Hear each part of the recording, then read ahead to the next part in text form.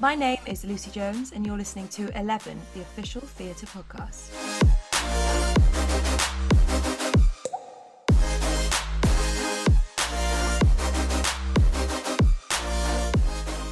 Hello and welcome to 11, the official theatre podcast that brings the biggest stars and creatives together in one place to discuss life in the arts. Our guest today is one of the biggest stars of the West End. She's gone direct from singing on our screens on The X Factor to performing in some of the greatest shows and the biggest roles in the business.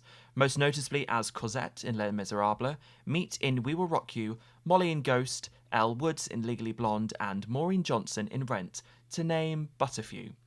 In May 2019, after her face appeared all across Times Square in New York City in a pretty remarkable ad campaign, the secret was finally out, and she stepped in to finally get her long-awaited moment to play Jenna in the stage adaptation of musical Waitress, a show penned by music superstar Sarah Bareilles.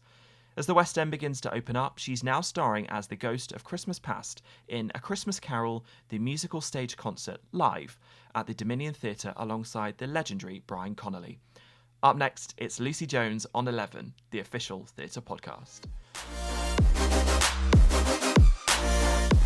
Making sure that our conversation is fully COVID secure and safe.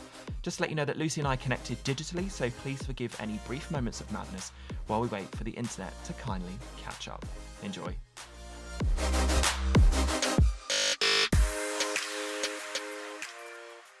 Hi, Lucie Jones. Hi, Will Connolly. How are you? I'm very well. It's so nice to see you. I feel like I haven't seen you in a long, long time.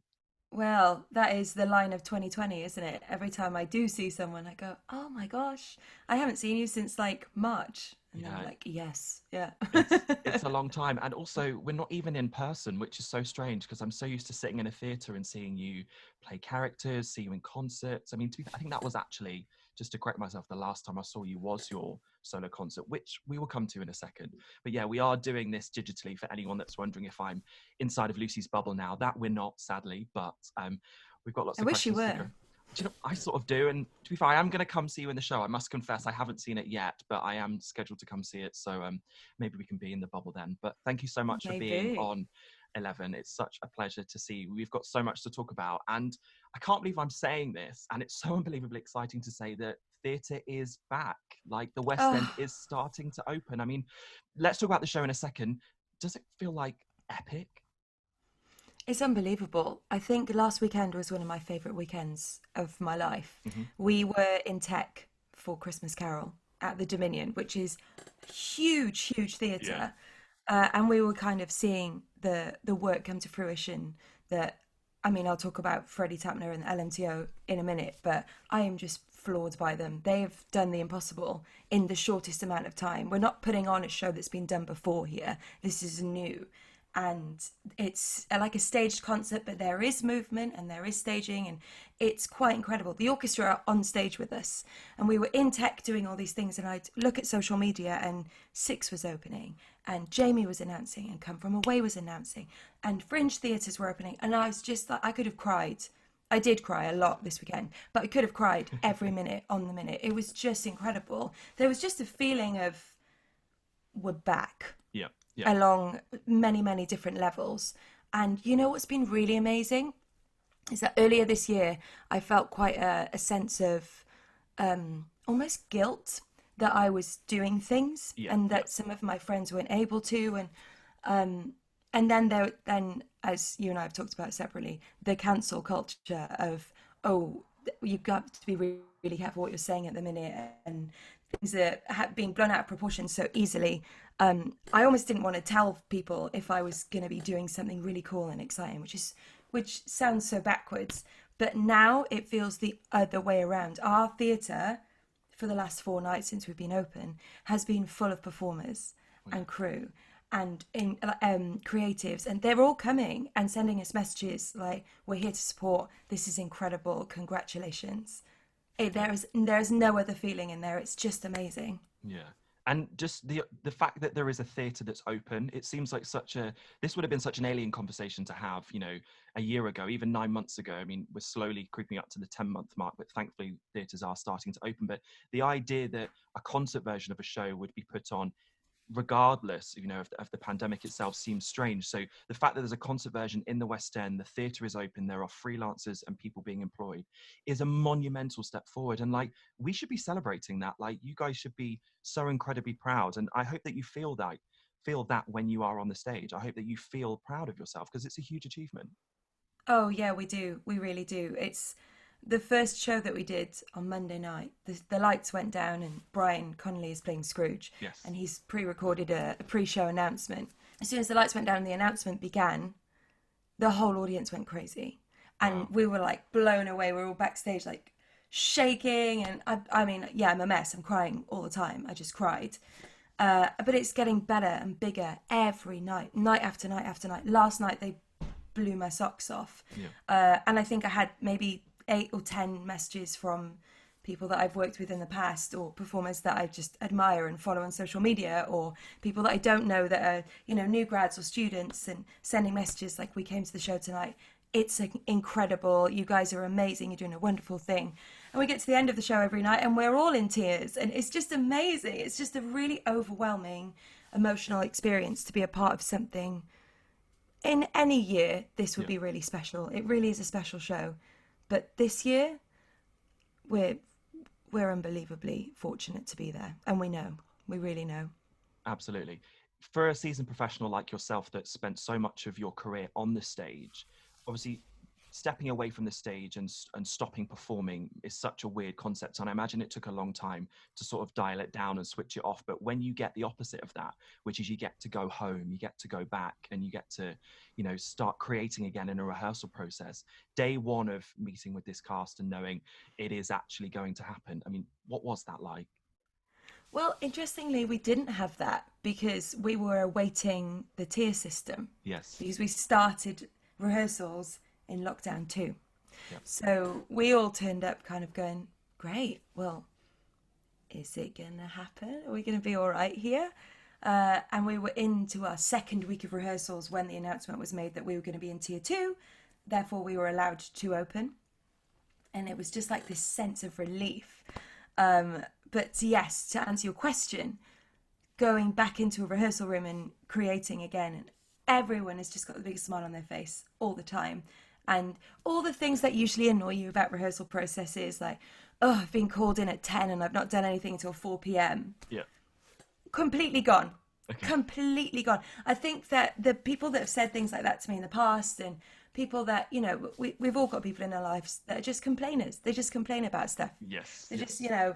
will come in one day, and before they've even said hello to you, they'll be like, "Shit, my tube was busy this morning." You're like, "Oh, great, nice to see you too." And I'm a person that calls people out on it. If someone texts me and is like they want something, and they open the text with, "Can you help me with this?" or "Can you do this for me?" I will reply saying, "I'm great, thanks. How are you?" I'm that annoying person. And I'm like that in rehearsals as well. If someone's complaining about something, I will try and gently nudge them to see and remember how lucky we are to be there. Absolutely. Generally, Yeah. anyway. All of that is gone now. Nobody has that. It's just a joyous experience. Yeah. And we're working for LMTO and Gary England, so we're being treated unbelievably well and taken care of. And our health and safety, more than ever, but they're always good anyway. But with COVID testing and all of that kind of social distancing, and we have 2 COVID operators on site at all times, and if anyone gets too close to each other backstage talking, they're in there Does and the they're 2 meter stick separating us. come out? We actually don't have a 2 meter stick on this. We did on on title of show. We literally, bless her heart, our stage manager had a 2 meter stick that she made, and she would get out, and it was just gold. We loved it. I think she's taken it to Panto with her actually now. It's great.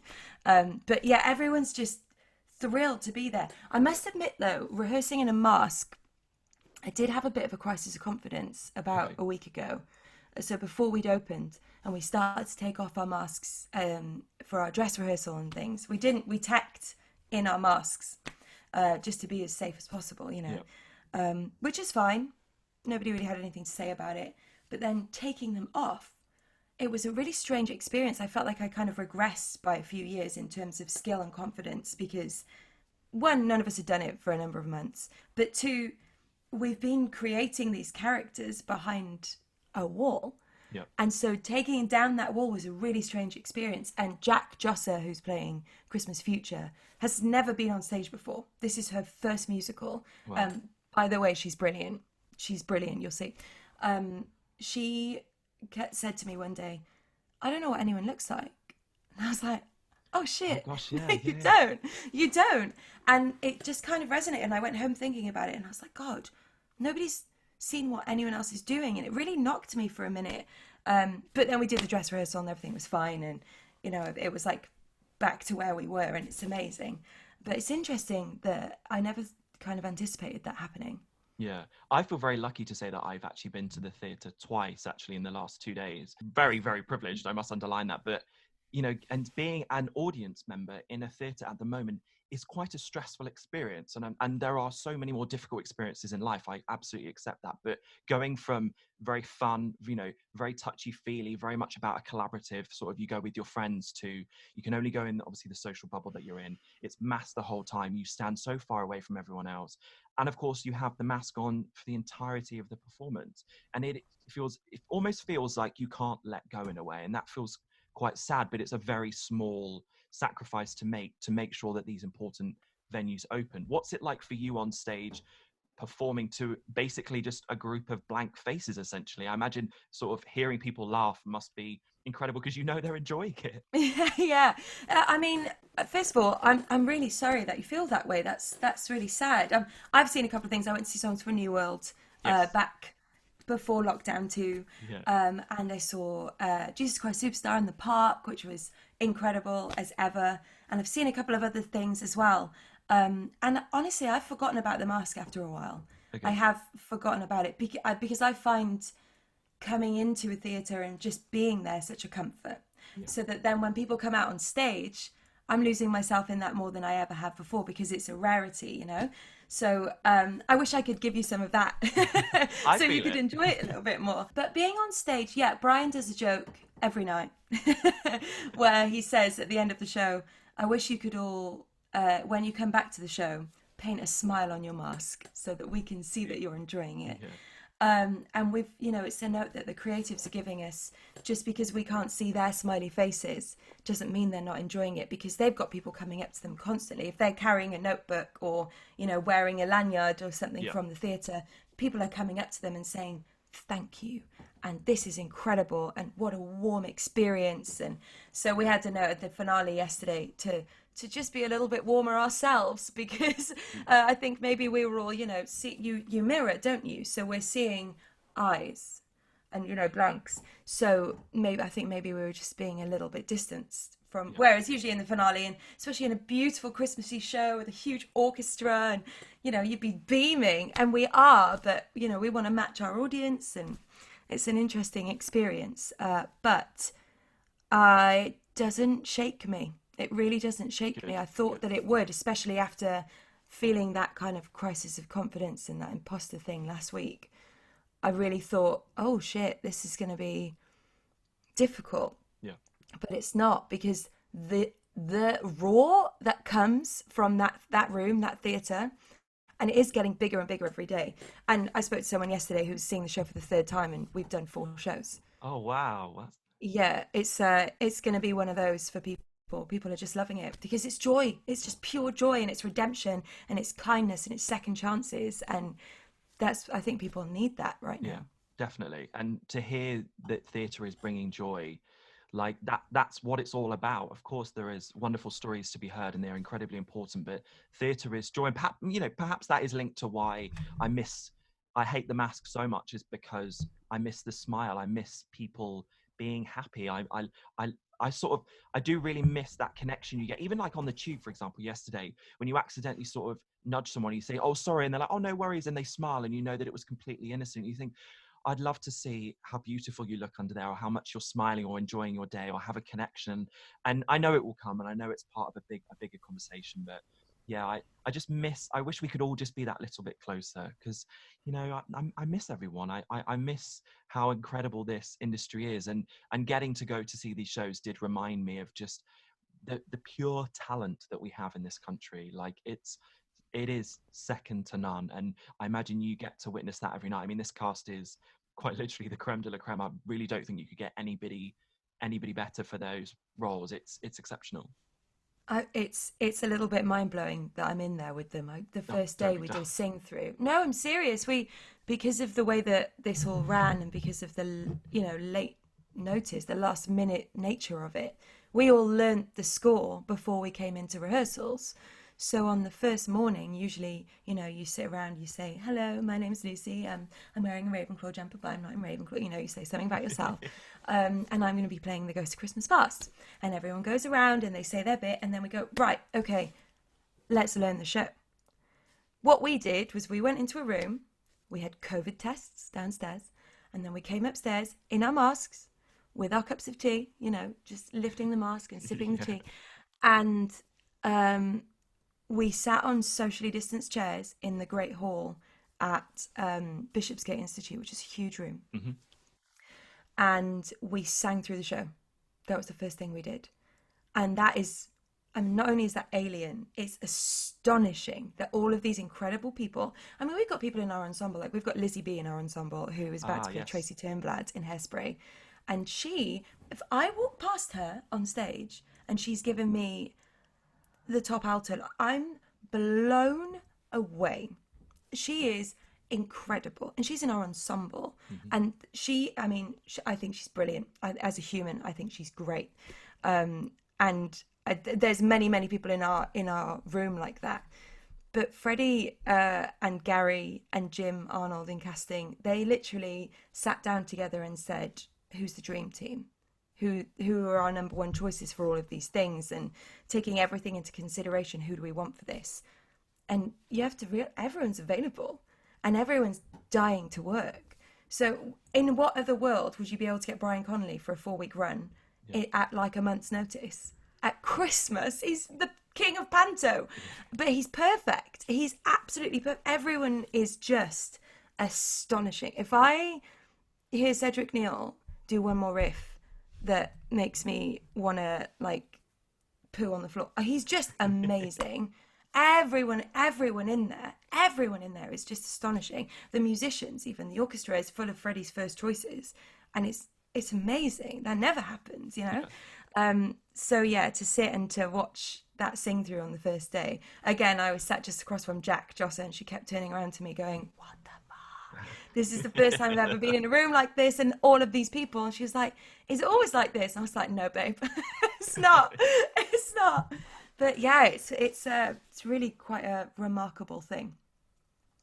It just sounds amazing. I cannot wait to come see it. And to you're right in when you're saying how you probably wouldn't get an ensemble like this, in terms of a cast like this. But it feels so special, and I think that's what we sort of all need to take the deep breath and really appreciate in the best possible way the fact that we are getting little sort of vignettes of hope and excitement and real beauty out of this. I mean, Cedric Neal for me can do no wrong anyway, Oh but yeah, to me get too. to see him in a role like this and a show like this, that feels incredibly special. Yeah, it really is. And do you know what? And it's really nothing against the way that shows are normally cast, because I don't Of think course, that yeah. these people are any better. But what I mean is, but from like an ego standpoint, you would never usually see people of that stature and that Absolutely, yeah. that level of the jobs that they've done and the roles that they've played. And um, I mean, don't get me wrong. I don't think there's a trajectory that we have to stick to. I'm absolutely expecting to be back in the ensemble in a couple of years, but it's not really the done way. So it's really special. It's a really special thing, and I just love them all for it. I think everyone's just brilliant.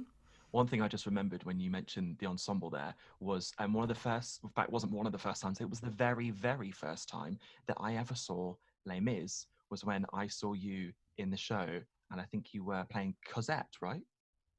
Yeah, I had the first time I did Les Mis, I was playing Cosette.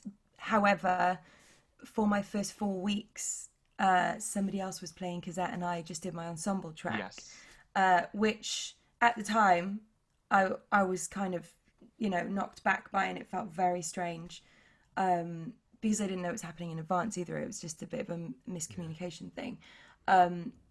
But my God, I learned so much. I learned so much, and I was a child. I'd done, my amateur dramatics, and I wanted to go to musical theatre school, and I didn't get in anywhere. And then I went and did X Factor, and then I did the tour, and then I met my agent, and then I auditioned for Les Mis, and there I was being whore number 3, and it was quite an experience. But I learned so much, Yeah. so much, and I loved it. I loved it. I'd go back in a heartbeat. And speaking of amazing casts, like you were with your mate Sam Barks, who's soon to be Yes, Miss Elsa, sort of I queen of know. everything in Frozen. I mean, Queen of Arendelle.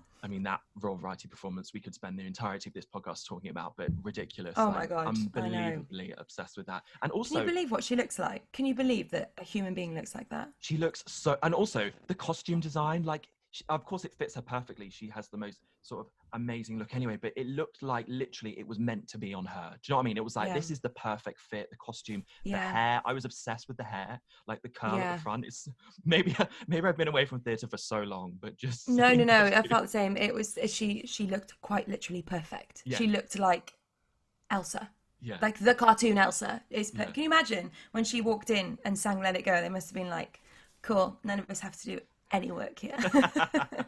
And also in that Les Mis cast, just to go back to that, Norm Lewis, who anyone that listens to this podcast will start probably switch off at this point because I've spent every single podcast talking about my undying obsession with Norm Lewis. I think he is Oh no way! the best of the best of the best. I told Sierra Boggess about it because obviously they played opposite each other in Phantom, and she was like, "You are obsessed," and I was like, "I am. I think he's the best ever."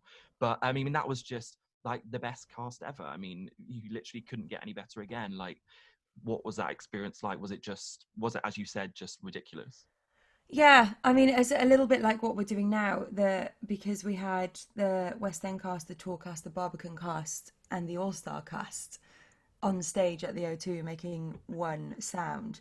I will never forget when we that first concert when we did One Day More, Yeah. and I got to be in the front of the march thing, in the what's this shape? Triangle. Oh God, I'm so sorry. It's been a long week. Um, what's this shape? Help me. Where am I? What day is it? Yeah, when we got to do the march, because I didn't get to do it in the actual show, because I was playing Cosette and sat on the floor, all forlorn. Like, what is my life to be? It was just astonishing. And I just remember being like, I am surrounded by the most talented people on the frickin' planet.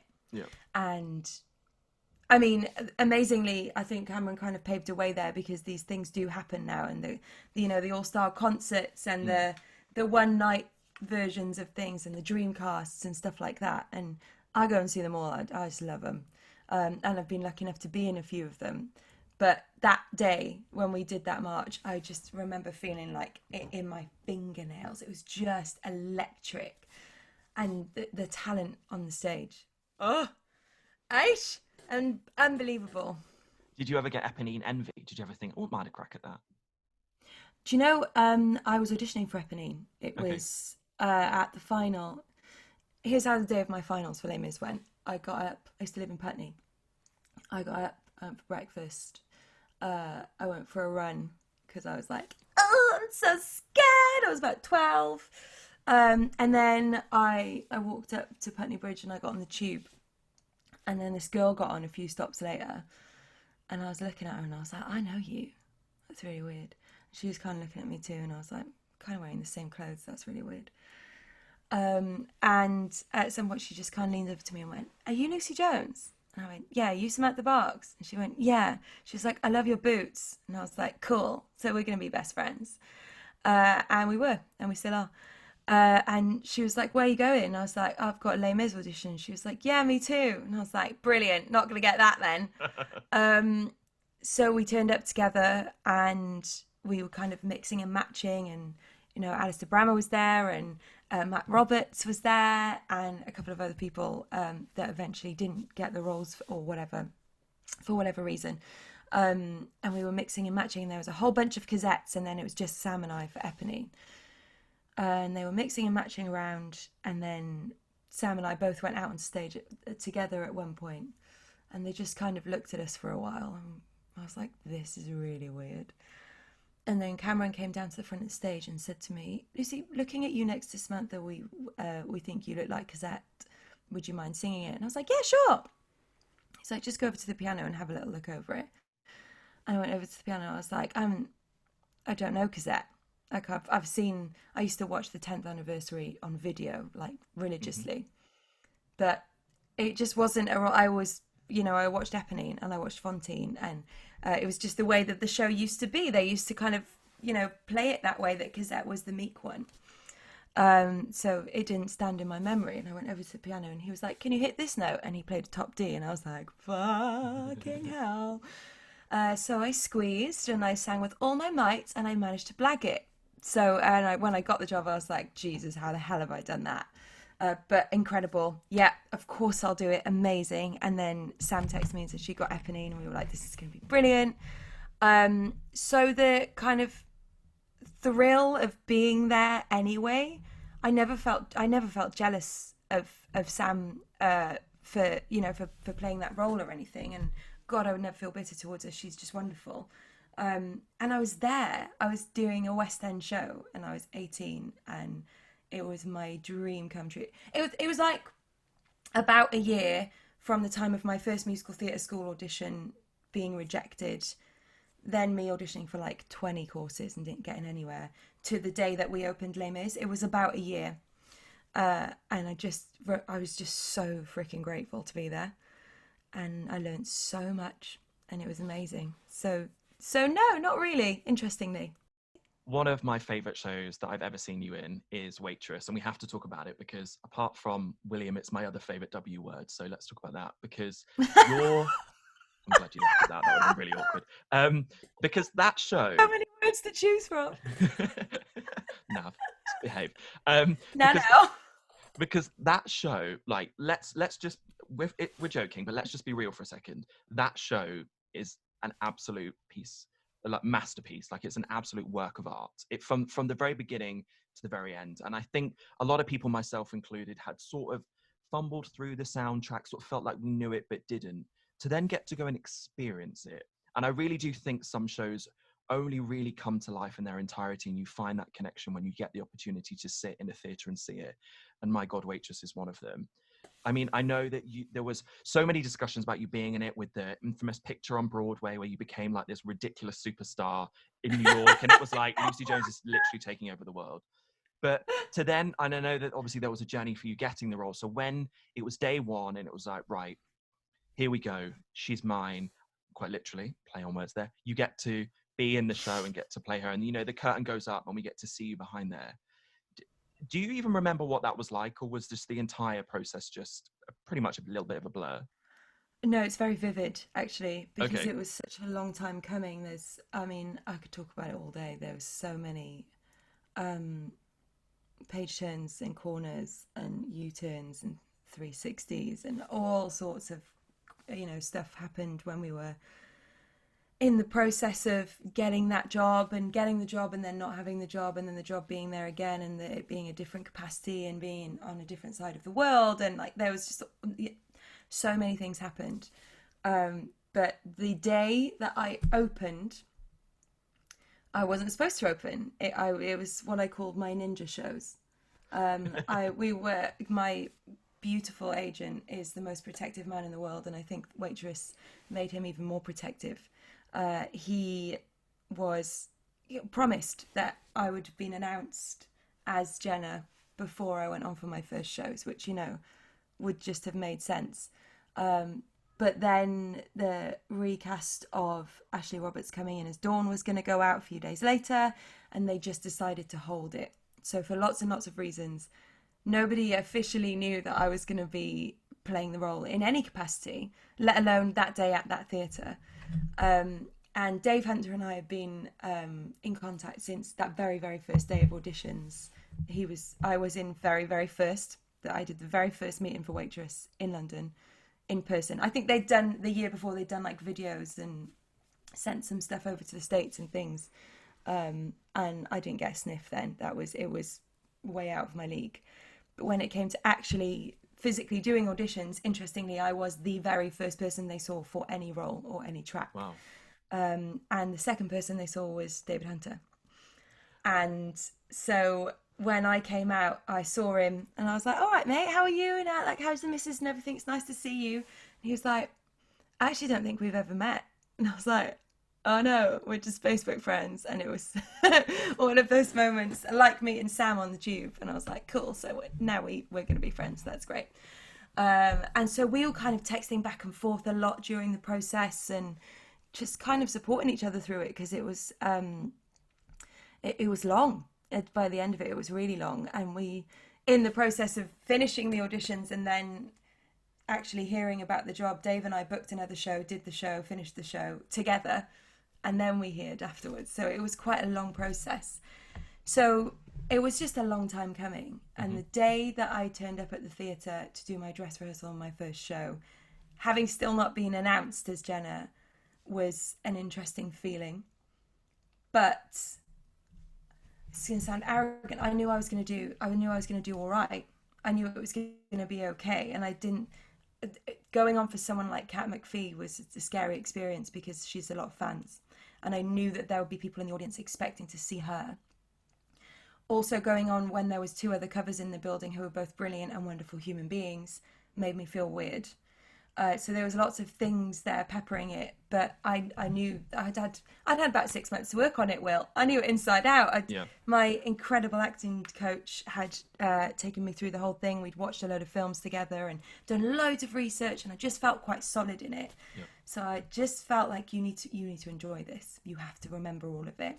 And then in the dress rehearsal, every time I walked into the diner, I completely forgot what scene it was, and I had to get fed lines, and it was awful. And I was like, fuck, this is going to be so bad. So then the bit between the show and the dress rehearsal was a blur. But then coming close, now it's time to tell you one. Turning off your phone song at the start of the show. I'm set behind the curtain, and Piers Bate was standing behind me, and I just like grabbed him and I was like, he went, no, you're fine. And we just had a little moment. And then as soon as the curtain came out, I just felt this sense of like, oh my God, it's happening. You can relax. Because I think until that point, I was just ready at any moment for it to not be real. And Gavin, at my agent, and I kept saying, I'll believe it when I'm holding the pie.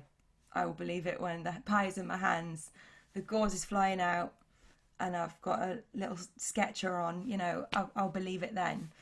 And I just felt this relief like wash over me. And it was the best night. It was just the best night. And I remember the night before Dave Hunter had tweeted, you need to come to the diner tomorrow. I remember this tweet. Down. Yes. Yeah. I do. And I don't know if he got in trouble for it. I'm sure he didn't, because, he didn't say anything, did he? Really? But I had to switch my phone off because I was getting like calls and texts, and I wasn't allowed to say anything because, you sign things that say we'll let the press release happen and then we'll, of course, happily talk about it and be excited. And so I just switched off my phone and then went to the theatre the next day, and then I did it. And then after the show, I kept getting my phone in my dressing room, kept ringing saying, Lucie, your mum and dad are here. Lucie, your agent is here. Lucie, your friends from school are here. And I was like, there'd just been this like scurry of chat, and all those people that I really cared about came, and Freddie was there, and it was just awesome. It was honestly one of the best nights ever, definitely of my career, that and the Adelphi and my first night as Elle.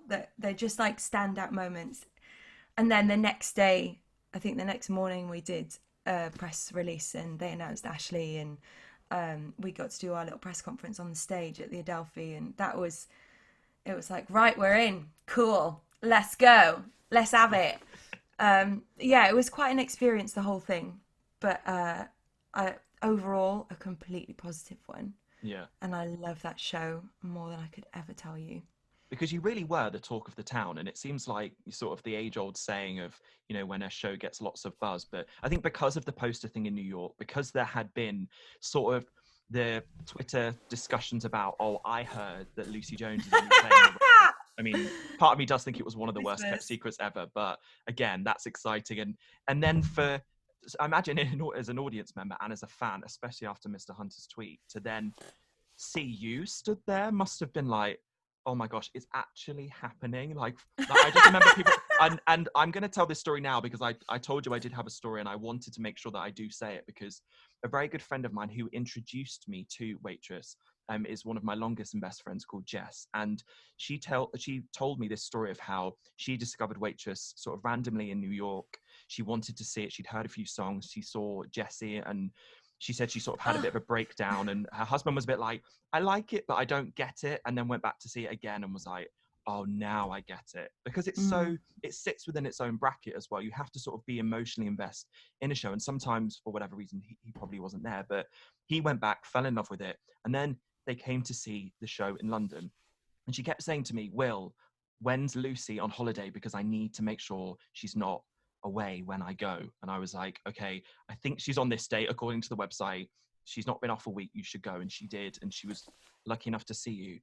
And she just references the fact that she had a full scale meltdown, as in she completely lost it. And she refers to it so often because she says that it sort of changed her life because she connected with a character in a way that ended up being that is the finale song Everything Changes, that's right, isn't it? yeah, That yeah. became her pregnancy song, and then she very soon after that had a baby, and it's all connected Oh, emotionally to her.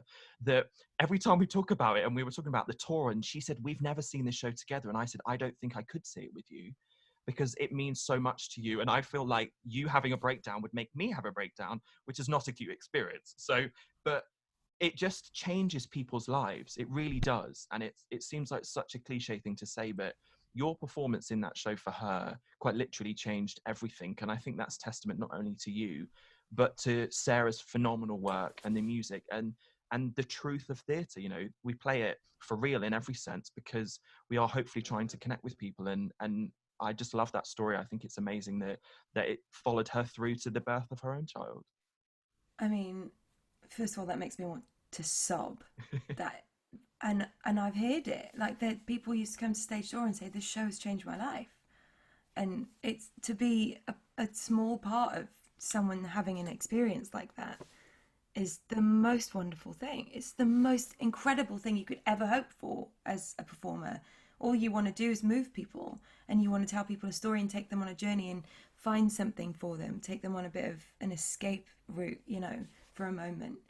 And it's one of those shows that I talk about it often that we had a standing ovation every single performance. I never did a show where we didn't see everyone stand at least once during the show Yeah. or at the end of the show. And the cast were incredible, of course, incredible. But it's the show. It's the heart and the soul of. I mean, the book and the film are incredible, and the way in which that is written. And it was written by the woman who played Dawn in the film, Yep. who unfortunately never got to see it come to fruition. She died very tragically, but we won't get into that because that's really sad. But that paired with the, let's call it genius, because that word gets bandied around, but I truly mean it, the genius of Sarah Bareilles, matched with then the staging, the choreography of it being everyday stuff and so subtle, and just feels like the stage is moving and breathing this life, and it's beautiful. It's so subtle and so real and so guttural, and the characters are all flawed. All of them have got flaws, and to play those kind of people in a musical and the songs to be such a simple extension of Yeah. speech is a gift. And I'd do it again in a heartbeat. It is the most wonderful experience I've ever had on stage. The people were incredible. The music, the story, the book, the connection that we all felt to each other, and just being part of something like that, it blows anything else out of the water, really. And I love my job. I love all my jobs. I've always been so in love with what I've done at the time. But Waitress will really stick with me. It and this really I will. and this idea, I think for me, this idea of not in this lifetime, I don't think we ever really explore this, but I think yes, but not now. And how many times have we as individuals felt that in the biggest things, you know, with ex-partners or jobs or opportunities, but just not in this lifetime. And I so wish we could explore that in so many more shows because I I think it's real. I think it's a sense almost, or a reality that we sort of don't explore that often because maybe we're scared of it, perhaps, fear of the unknown. Yeah, do you know what I think it is? It's awkward. Yeah. Nobody likes to say, "I'm completely in love with you," but we can't do this because it's not right. Or, "I don't want to be in this job anymore because this other opportunity has come up, but the right thing to do is to stay." Yeah. And to do the wrong thing, or to step out and do the brave but maybe wrong thing, people don't want to talk about that. That's the last thing that people want to talk about. That I completely agree with you. And actually, the scene in which, at the end of the show, spoiler alert, where Jenna says to the doctor, "We can't do this. Let's walk away from each other." And he says, "Another lifetime." If David and I had to do that, knowing that it was our last show, it would have been like biblical. We would never have got through it. Not in a million years. We used to cry anyway, like daily.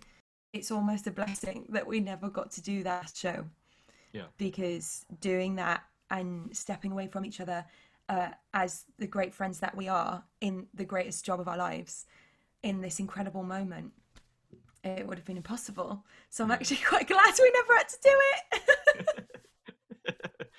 Well, never say never.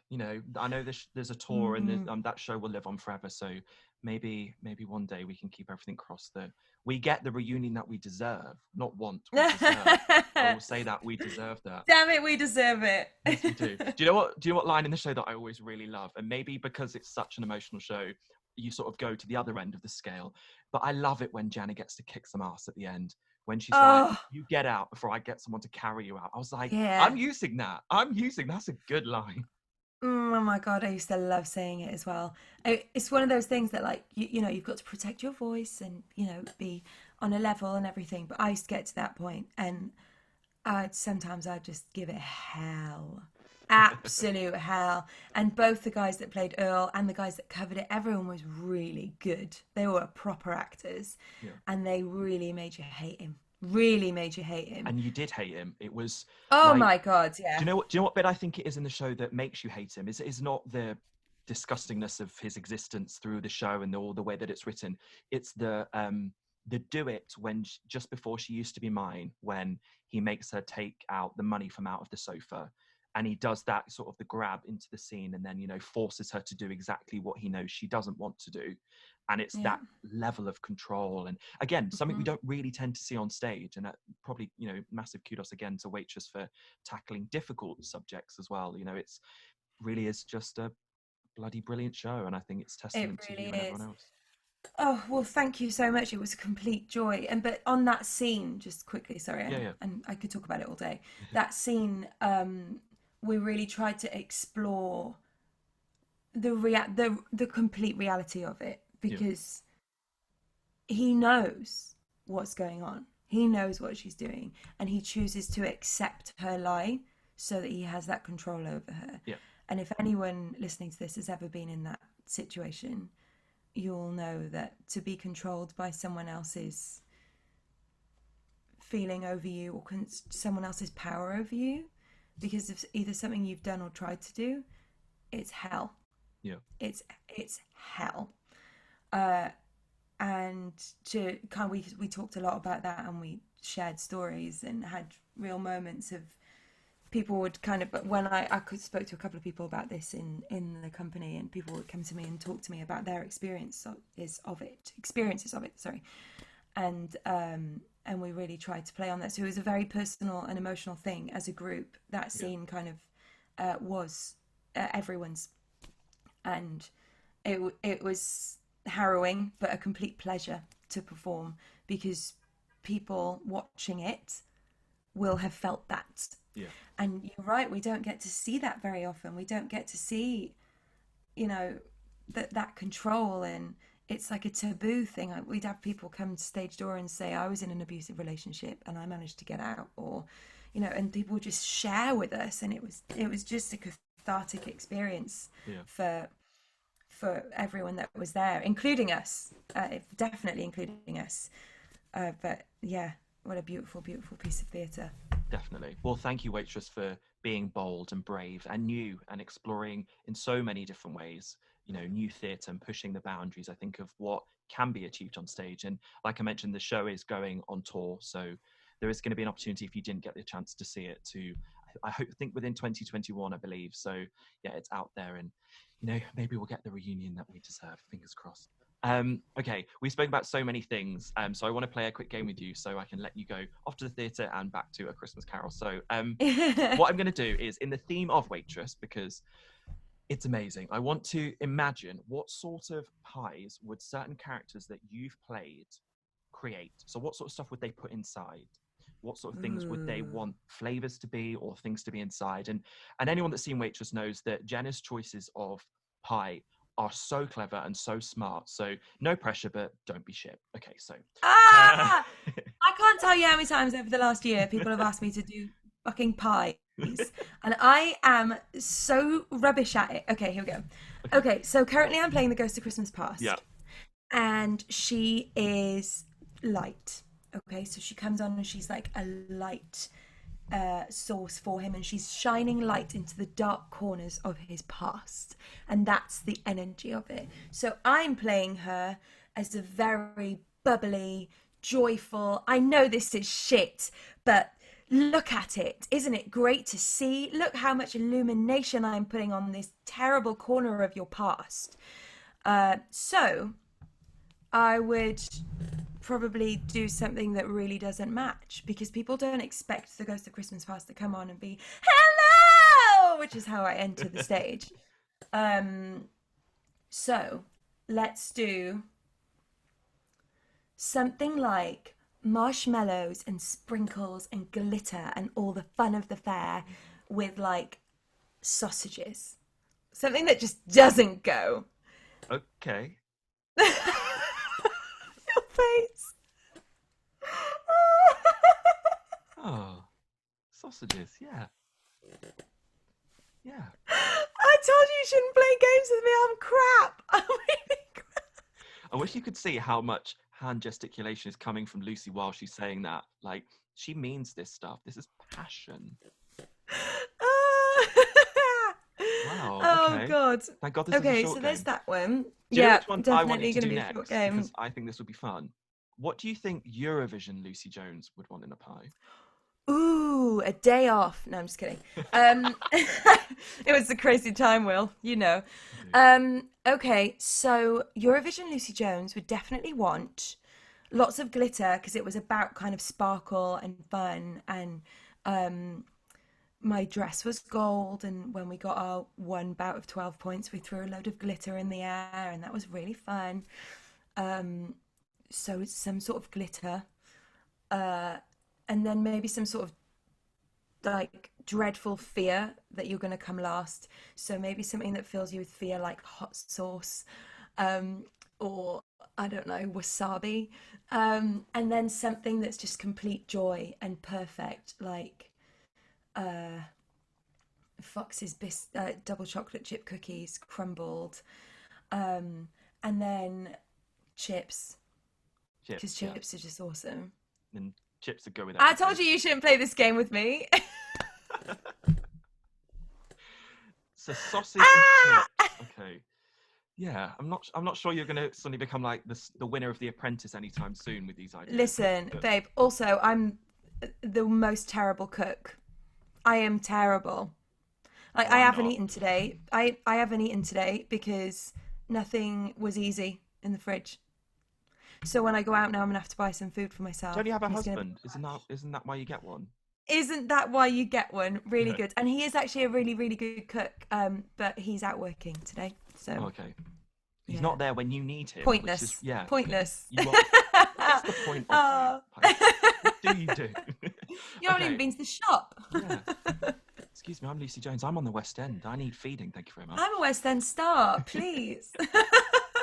Oh God, that's going to get me cancelled. Just that one line. We're not cancelling Lucie Jones. We're not under any Please circumstances. don't. I've got shit to do. She's got shit to do, and she's a hun. So pack that in. Thank you very much. Well, that was a very short game, and I'm actually glad that we've ended it there, because I'm not anything can beat sausages. So that's. I mean, to be fair, right.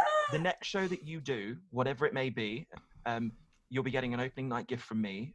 Please have a fridge ready because you'll be getting sausages. So just, Oh, and it's not going to have sausage pie. it's not going to have any label on it. I just want you to remember this moment forever. So you'll be getting just random sausages from me. Thank you very much. Oh, that's hilarious. Well, I can't wait. And well, can I just say, I have known you for quite some time now, and you've always been amazing at whatever you've done. And I'm so proud of you for doing this podcast. And thank you for having me on here. It's going to be a triumph. This whole series, or whatever you call a group of podcasts. Podcasti, yeah. It's going to be brilliant, and I can't wait to listen to all of them. I just think you're wonderful. Very kind. Thank you so much. And thank you for being on here. And also, we've worked together on so many different occasions, from interviews to the Pride karaoke at Waitress to everything, and now this. And I'm such a fan of yours, as you know. So just thank you so much for your time. Best of luck with A Christmas Carol. I cannot wait to see it. By the time this comes out, I also will have been able to see it. So that's exciting. Oh, yay! But thank you so much. Please you. stay safe, most importantly. And I cannot wait to finally be able to give you a hug in 20 something or other, some point in the future. Oh, 7 years. I'll see you very soon. Thank you so much. Thanks, Will. Bye.